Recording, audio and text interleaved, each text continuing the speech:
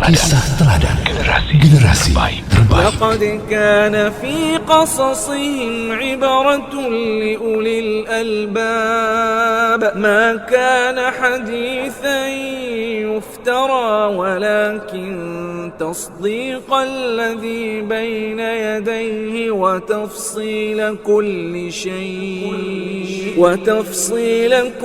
شيء وهدى ورحمة لقوم يؤمنون. Kisah teladan generasi terbaik. Abu Darda. Abdurrahman bin Auf berkata, Abu Darda membentengi dirinya dari dunia dengan kedua tangan dan dadanya. Uwaimir bin Malik Al-Khazraji yang berkunyah Abu Darda bangkit dari tidurnya agak cepat. Ia segera pergi menuju berhala yang ia letakkan di tempat yang paling baik di dalam rumahnya. Lalu ia mendekatinya dan mulai melumuri berhala tersebut dengan minyak wangi yang paling mahal yang dijual di toko besarnya. Kemudian ia mengganti pakaian berhala tersebut dengan pakaian baru yang terbuat dari kain sutra. Pakaian sutra tersebut adalah sebuah hadiah dari seorang pedagang yang datang dari Yaman. Matahari mulai tinggi. Abu Darda segera kembali ke rumah, lalu bersiap-siap menuju tokonya. Jalan-jalan Yasrib kala itu padat dan macet, dipenuhi oleh para pengikut Muhammad yang pulang dan kembali dari pertempuran Badar. Di depan mereka berjalanlah sekawanan tawanan Quraisy. Abu Darda segera berpaling ke arah arakan itu. Namun, tak lama setelah itu, ia berjumpa dengan salah seorang pemuda Khazraj dari mereka. Lalu ia menanyakan keberadaan Abdullah bin Rawahah. Pemuda Khazraj itu menjawab, ia telah menghadapi sebaik-baik cobaan dan ujian dalam pertempuran, dan ia berhasil menghadapinya, sehingga ia pulang dengan selamat dan membawa harta rampasan perang yang begitu banyak. Ketenangan dan kedamaian ia dapatkan. Pemuda itu tidak begitu heran dengan pertanyaan yang dilontarkan oleh Abu Darda, karena memang keduanya memiliki hubungan erat yang sudah terkenal di kalangan manusia. Iya, di kala jahiliyah keduanya dipersaudarakan. Namun, ketika Islam datang, kemudian Ibnu Rawahah masuk Islam dan akhirnya Abu Darda berpaling darinya. Hal tersebut tidaklah memutus perasaan yang terjalin antara dua orang tersebut. Abdullah bin Rawahah masih saja menguji Abu Darda. Tak henti-hentinya ia mengajak Abu Darda ke dalam Islam. Asalnya tidak putus dalam memberi semangat kepadanya agar bisa masuk Islam. Kesedihan sangat ia rasakan ketika mengingat Abu Darda yang telah menghabiskan umurnya dalam kubangan lumpur kesyirikan. Sampai juga Abu Darda ke toko. Di atas kursinya yang tinggi, ia duduk bersantai. Transaksi jual beli mulai ia lakukan, sambil memerintah dan memberi instruksi kepada anak buah dan pekerjanya. Ia tak tahu menahu tentang apa yang terjadi di rumahnya. Abdullah bin Rawahah saat itu sedang berkunjung. Ia merencanakan suatu hal. Sesampainya di rumah Abu Darda, ternyata pintu rumahnya terbuka. Hanya istrinya yang berada di dalam rumah. Ia sedang berada di halaman. Kemudian, Abdullah bin Rawahah mengucapkan salam. Semoga keselamatan tercurah atasmu, wahai hamba Allah. Kemudian, istri Abu Darda menjawab, semoga Allah mencurahkan keselamatan kepadamu, wahai saudara Abu Darda. Kemudian Abdullah bertanya, di mana Abu Darda? Kemudian istrinya menjawab, sedang di toko. Sebentar lagi ia akan pulang. Silakan, anggap saja rumah sendiri. Ummu Darda pun mempersilakan Abdullah masuk. Ditinggallah Abdullah sendirian karena ia harus membereskan beberapa pekerjaan rumah dan mengurus anak-anak. Abdullah bin Rawahah masuk ke dalam sebuah kamar. Kamar itu adalah tempat Abu Darda meletakkan berhalanya. Melihat berhala tadi, ia segera membawanya keluar dan mulai merusaknya.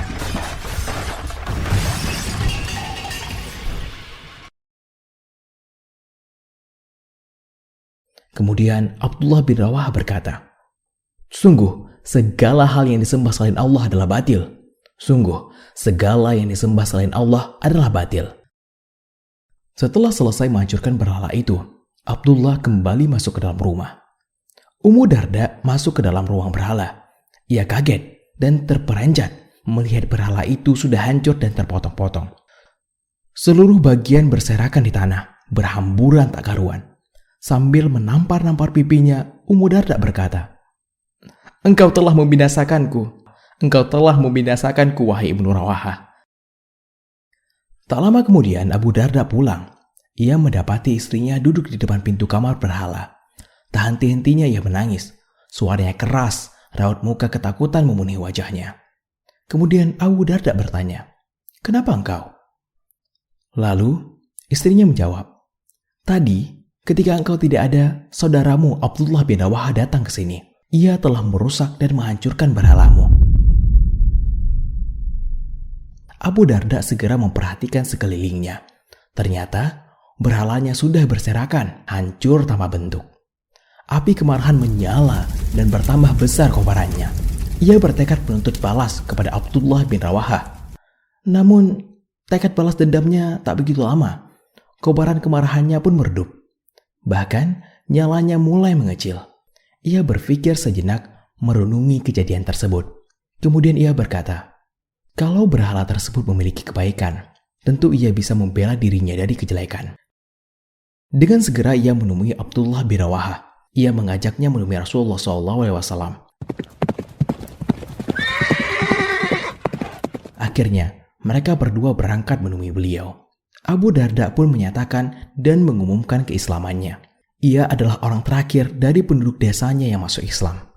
Berimanlah Abu Darda setelah peristiwa tersebut kepada Allah Subhanahu wa Ta'ala dan Rasul-Nya. Keimanannya mendarah daging, mengakar dan menghujam di tiap bagian dari tubuhnya. Sesal dan sedih yang sangat mendalam menghiasi keimanan tersebut atas kebaikan-kebaikan yang terlewatkan darinya. Bagaimana tidak? Para sahabat yang lain telah mendahuluinya dalam memahami agama Allah Subhanahu wa Ta'ala dan juga menghafal kitabnya. Mereka telah mendahuluinya dalam ibadah dan takwa, yang dengan keduanya mereka telah menabung amalan di sisi Allah Subhanahu wa Ta'ala. Namun dirinya tak ada kata menyerah. Dengan kesungguhan dan semangat ia bertekad mengejar berbagai ketinggalan. Tak kenal lelah, siang dan malam ia banting tulang, berusaha belajar dan mempelajari agama Allah Subhanahu wa Ta'ala. Hingga akhirnya ia pun menguasai dan memahami serta mengejar berbagai ketinggalan itu. Haluan ia putar, tekun beribadah, dunia ia kekang, bahkan ia tinggalkan. Ilmu ia tegakkan, ibarat orang yang sangat haus akan air minum. Konsentrasi ia pusatkan untuk memahami dan menghafal ayat-ayat Al-Quran. Dengan penuh keyakinan, ia tinggalkan perdagangan. Ia melihat bahwa perdagangan akan menghilangkan dan mengotori kelezatan ibadah. Penyesalan ia buang jauh-jauh darinya. Ketika ada seseorang yang bertanya kepadanya tentang sikap itu, ia menjawab, "Dahulu, sebelum beriman kepada Rasulullah SAW, aku adalah seorang pedagang. Setelah masuk Islam, aku ingin menggabungkan antara dagang dan ibadah. Tapi aku tidak bisa. Akhirnya aku tinggalkan perdagangan dan beralihlah ke ibadah. Demi Zat yang jiwa Abu Darda berada di tangannya. Aku ingin sekali memiliki toko yang terletak di depan pintu masjid, sehingga aku tidak ketinggalan sholat jamaah.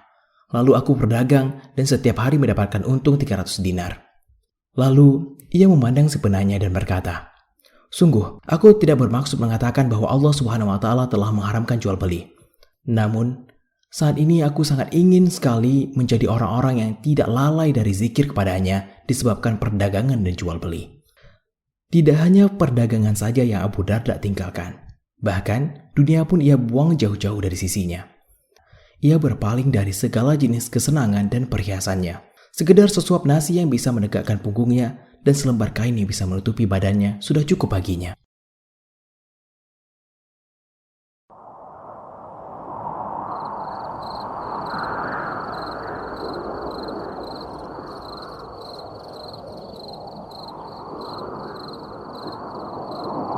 Pada suatu malam yang sangat dingin sekali, sangat dingin.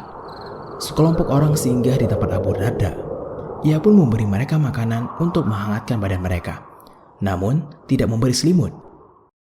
Sehingga tak kala mau tidur malam, mereka berembuk. Selimutlah yang jadi bahan pembicaraan. Kemudian, salah seorang dari mereka berkata, bagaimana kalau aku menemuinya dan meminta selimut? Kemudian, orang yang lainnya berkata, jangan. Namun, orang tersebut tidak menghiraukan. Ia beranjak menemui Abu Darda. Sampailah ia di depan pintu kamar Abu Darda. Ternyata ia mendapatinya sedang berbaring, sedangkan istrinya duduk tak jauh darinya. Yang lebih mencengangkan lagi, mereka tidak memakai selimut apapun, melainkan hanya sekedar pakaian tipis. Pakaian tipis yang tidak melindungi mereka dari sengatan matahari dan tidak bisa menghangatkan mereka dari rasa dingin. Kemudian, kata orang tersebut kepada Abu Darda, "Tidaklah aku melihat engkau tidur, melainkan sama seperti kami tidur, tanpa selimut. Di manakah perabot dan hartamu?" Kemudian Abu Darda menjawab, di rumah kami yang di sana, yang di akhirat. Kami kirimkan semua harta dan perabot yang kami punya. Kalau masih ada yang tersisa di sini, tentu sudah aku berikan kepada kalian." Pada jalan menuju rumah itu, ada sebuah halangan dan rintangan yang menakutkan, namun padanya lebih baik daripada kesusahan. Maka kami pun berusaha menganggapnya ringan. Semoga saja kami bisa mengatasi rintangan itu. Pahamkah engkau? Kemudian orang tersebut menjawab, "Iya, aku paham. Semoga engkau dibalas dengan kebaikan."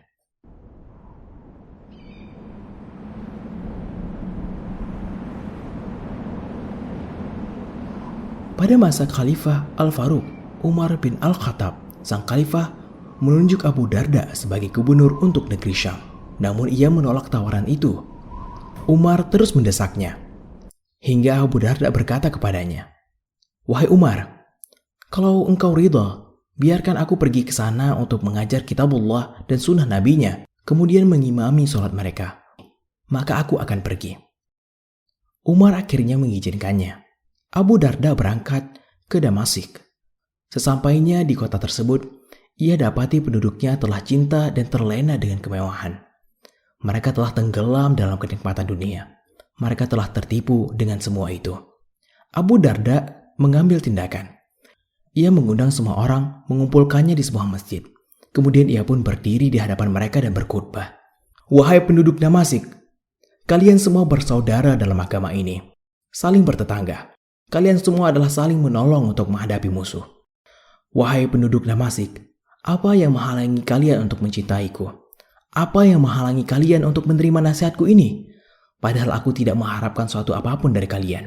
Maka nasihatku untuk kalian dan infakku untuk selain kalian.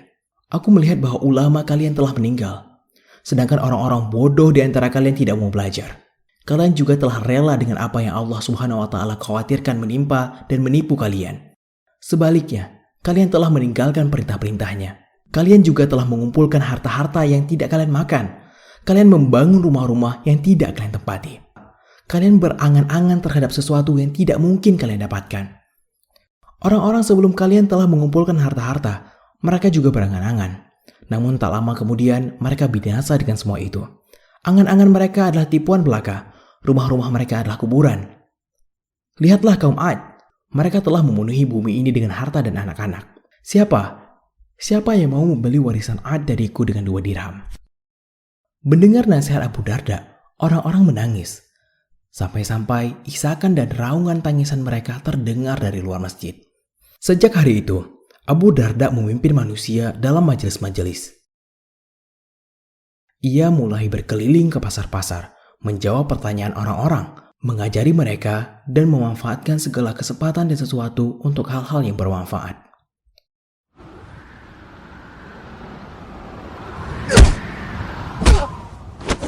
Suatu ketika, Abu Darda melewati sekelompok orang yang sedang memukuli seorang laki-laki. Dengan nada sombong, mereka mencela orang tersebut. Ia pun mendatangi kumpulan orang tersebut, kemudian berkata, "Ada apa ini?" Kemudian mereka menjawab, "Dia telah berbuat dosa besar." Abu Darda kemudian berkata, "Kalau dia terjatuh ke dalam sumur, bisakah kalian mengeluarkannya?" Mereka menjawab, "Tentu bisa." Abu Darda berkata, "Kalau begitu, janganlah kalian mencela dan menyiksanya, tapi beritahulah dia dan nasihatilah. Pujilah Allah yang telah memaafkan kalian dari dosa-dosa. Apakah engkau tidak marah?" Kemudian orang-orang tersebut berkata, "Apakah engkau tidak marah?" Kemudian Abu Darda menjawab, "Hanya saja aku marah karena perbuatan dosanya. Kalau ia meninggalkannya, maka ia adalah saudaraku." Maka laki-laki itu menarik nafas dalam-dalam lalu mengumumkan taubatnya. Laki-laki itu menerima perkataan Abu Darda, kemudian berkata, "Wahai sahabat Rasulullah, berilah aku wasiat." Maka Abu Darda berwasiat kepadanya, "Wahai anakku, ingatlah Allah saat engkau lapang. Niscaya Allah akan mengingatmu saat engkau sempit. Wahai anakku, jadilah orang alim atau seorang pengajar atau seorang pendengar. Jangan menjadi keempat, seorang jahil dan bodoh. Niscaya engkau akan binasa. Wahai anakku, jadikanlah masjid sebagai rumahmu. Sungguh, aku telah mendengar Rasulullah SAW bersabda, masjid adalah rumah seorang yang bertakwa. Allah Subhanahu wa Ta'ala telah menjamin orang yang menjadikan masjid sebagai rumahnya, ia akan mendapatkan ketenangan dan kelapangan serta rahmat, kemudian bisa menempuh jalan menuju ridha Allah." Sekumpulan anak muda sedang duduk-duduk di pinggiran jalan. Mereka mengobrol ke sana dan kemari dan melihat-lihat orang yang lewat. Abu Darda menghampiri mereka dan berkata, "Wahai anakku, hendaknya seorang pemuda muslimin berdiam di rumahnya, menahan jiwa dan pandangannya. Jangan kalian duduk-duduk di pasar, karena ia akan melalaikan dan melupakan kalian."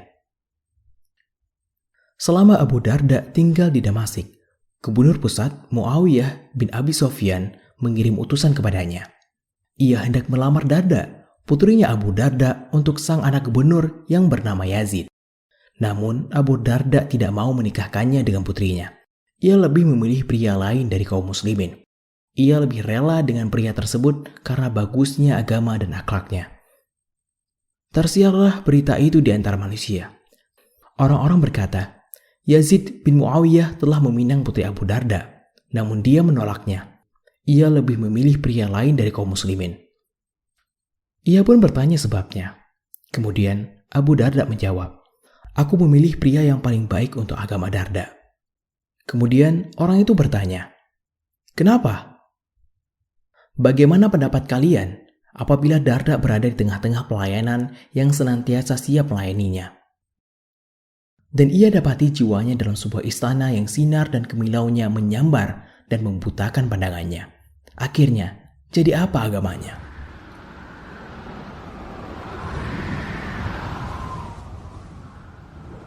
Dalam sebuah kesempatan, Amirul Mukminin Umar bin Al-Khattab mengunjungi Abu Darda di negeri Syam. Umar ingin mengetahui kondisi negeri tersebut. Ia pun singgah dan sekaligus mengunjungi saudaranya itu. Ia bermalam di rumahnya sehari. Didoronglah pintu rumah itu. Ternyata tidak dikunci. Akhirnya ia masuk ke dalam rumah itu. Rumah gelap tak berlampu.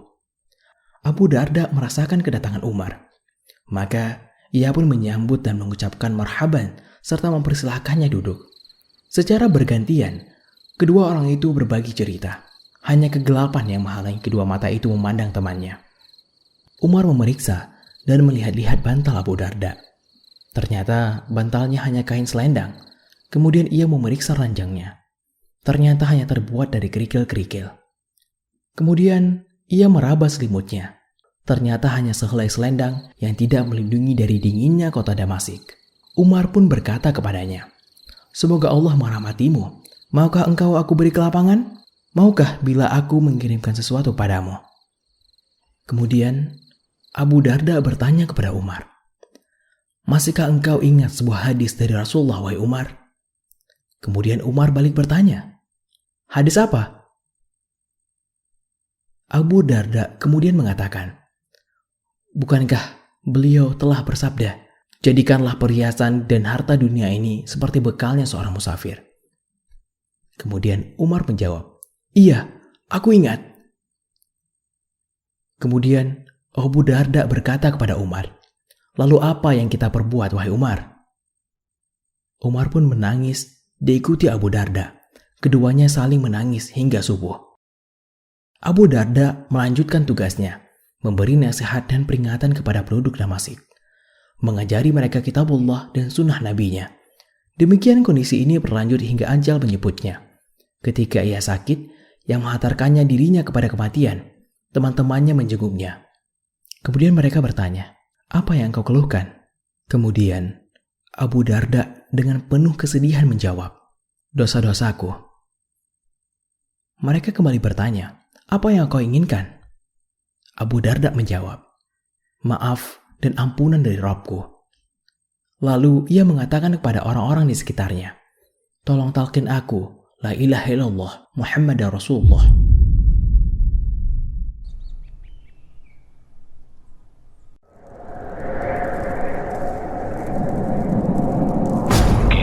Kisah teladan generasi terbaik. والسابقون الأولون من المهاجرين والأنصار والذين اتبعوهم بإحسان رضي الله عنهم ورضوا عنه وأعد لهم جنات تجري تحتها الأنهار خالدين فيها أبدا ذلك الفوز العظيم. Kisah teladan generasi terbaik.